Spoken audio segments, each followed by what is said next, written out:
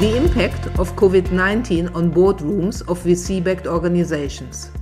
COVID is causing economic havoc around the globe, but the impact is different and depends on the industry. In this podcast, we examine the impact the pandemic has on boardrooms of VC-backed organizations. I'm delighted to bring you, our listeners, a view from the frontline. From Alexander Leigh, investment manager of one of the most active VCs in the UK. Alex is an experienced tech VC investor. His experience ranges from pre-product startups to high cash generative FTSE 100, FTSE 250 companies in both emerging and developed economies. Alex also provides mentorship on the topic of entrepreneurship and is a creator of the popular blog entitled The Tippy Top. Alex, welcome again to the Better Boards podcast series. Thanks again for having me. So Alex, you continue to be a board observer on many young tech boards. What do you see? What impact did the pandemic had on boards of VC-backed organizations? Thanks, Sabine. I think it's actually had a very positive impact in that remote meetings have become the norm. And what that's done is broken down many of the barriers to accessing high quality talent in other geographies. And this was a point that was previously overlooked. Do you see that board members join from other countries? Absolutely. A lot of it can be just from places like further north, such as Manchester and so forth in the UK. But certainly we're seeing people operating in Asia that are getting involved in boards in the UK. And these are really high caliber, hard-hitting individuals that add tremendous value to these young startup boards. Fantastic. Do you also see any changes on the agendas? Yeah, look, I wouldn't say changes per se, but what I've seen is in one particular area is in terms of HR, a greater focus there. And that could be through discussions about furlough schemes in the UK, talking about redundancies, linking the business plan in terms of what's going to be developed and what are the resources required to do that, and really looking forward with a fine tooth comb. So, and particularly around recruiting more digital marketing resources, because that's really a key skill that companies have identified that they need. What do you notice? How do boards cope, in your view, with the lockdown situation? I mean, in every country, we are going from lockdown to lockdown to lockdown. How do boards cope? Yeah, I think it's a really good question, and something that was on the agenda to a degree before lockdown, but now has become a core focus, is this mental health of the C-suite and what is the interaction between the board and the C-suite. And I think you're seeing a lot less blame culture. You're seeing far more understanding and support. You're seeing a greater degree of authenticity in interactions between the members and more regular check-ins, because everyone's realizing that the C-suite are their greatest asset, and they're the people that are going to help these companies get through this challenging time. Yeah, and at the end of the day, of course, it's also the realization that we are all in it together.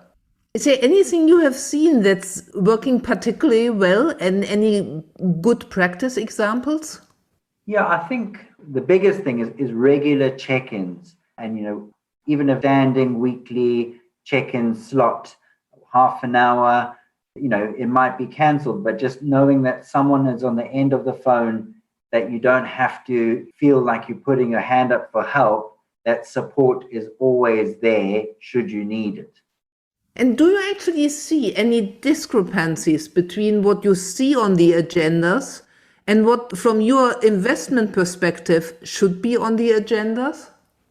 Again, I don't think it's missing from the agenda, but in terms of coming back to the point about digital marketing skills, I think that's being underplayed by boards and companies. And we don't realize that is going to be the lifeblood of most VC-backed organizations. Do we have those skills around the boardroom?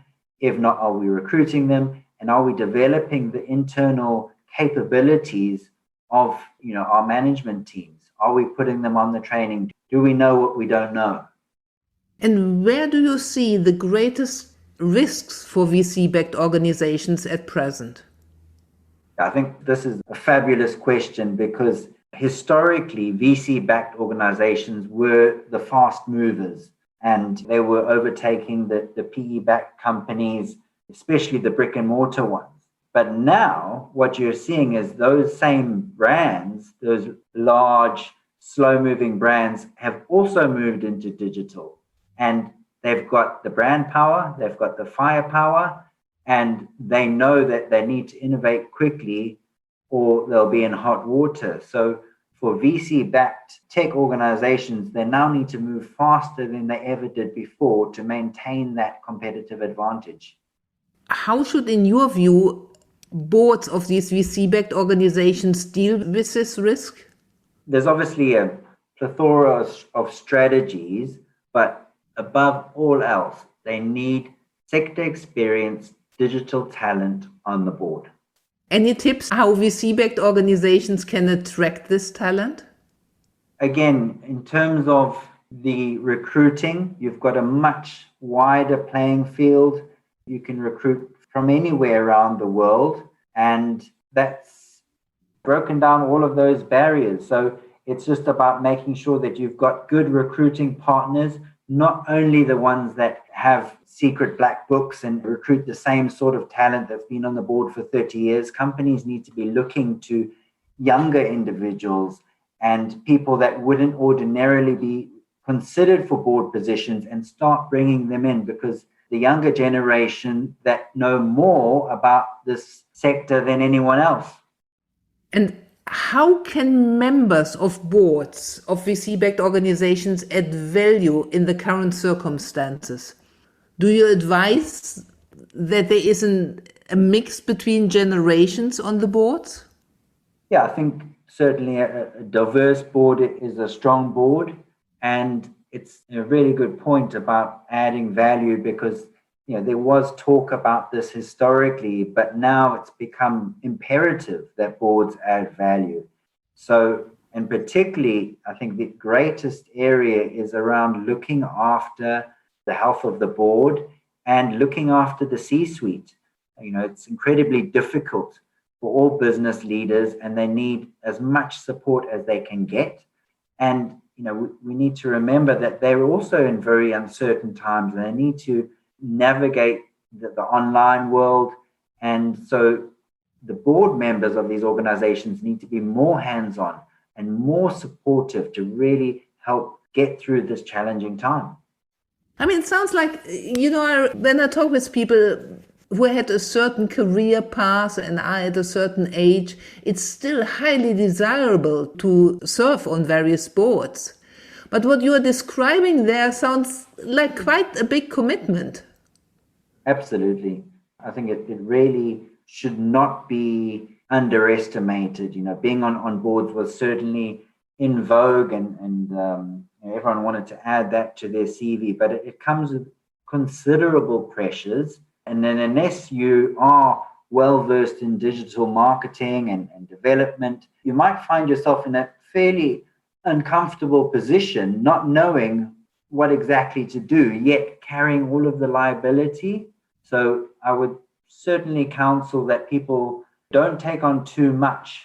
If they want to take on a board role, perhaps do one and really make sure it's something you fully understand and you are 100% confident that you can add value. And what impact does this have on the time commitment? I think it's gone almost exponential, and not necessarily in terms of hours overall. That is one component, but certainly just the frequency of communication, the speed of communication, the number of check-ins, that's quite taxing. And I think just to add to that, when things go wrong, that they can go catastrophically wrong very quickly. So you've got to be very nimble and responsive. You're not dealing with business as usual. So what you describe there, this time commitment, these challenges, also mental challenges, but also how quick things changed, so you can't really afford to let it slip. Has this changed to how board members could add value in pre-pandemic times? I really do think so.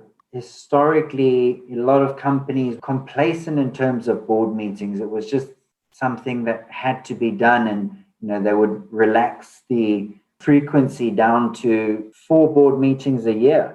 And the moment, if you're having less than 10, I think you're really exposing yourself to a lot of risk, because the board members need to be actively guiding and supporting the strategy, making sure that you've got prudent cash management strategies in place, and adapting and reacting to new competitive rivalry.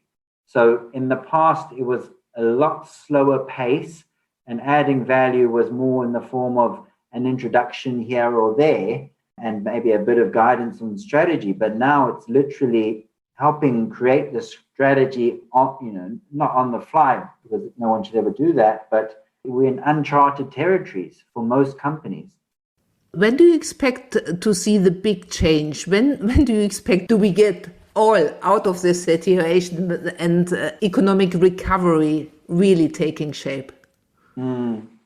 Yeah, I think difficult to pinpoint the full economic recovery. And the way I like to think about it is not so much as a light switch. It would be more one of those latest Philips Hue dimmer switches that you slowly increase.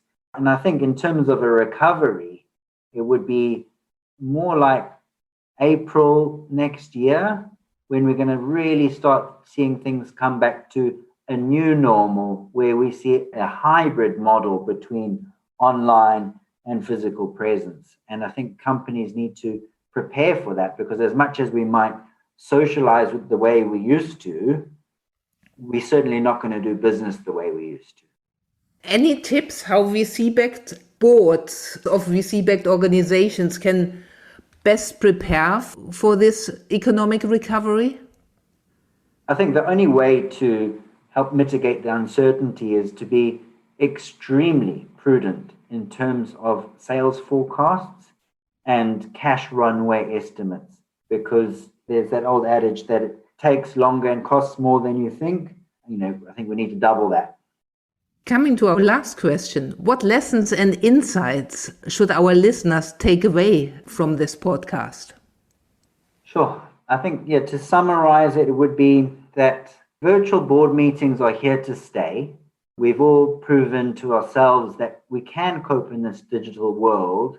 So instead of it being an encumbrance to business, finding ways in which we can exploit it, such as recruiting the best talent from around the world. Point number 2, like we've said earlier, is as board members, really to look after yourselves and make sure you stay sharp. The pressures placed upon board members are real and really mustn't be underestimated. Don't just sign up because it's trendy. It's a considerable time and emotional investment. And then thirdly, coming back to these digital skills in the boardroom. We really need to recruit them, help upskill ourselves, and the company and the board in the best position to recover in the post-pandemic period. Fantastic. Thank you so much, Alex, for your insights into the boardrooms of VC-backed organizations. Thank you so much. Thanks again for having me. How can we help you and your board to become more effective? We at Better Boards are always delighted to hear from you. Get in touch. You can best reach us on info@better-boards.com. Thank you for listening.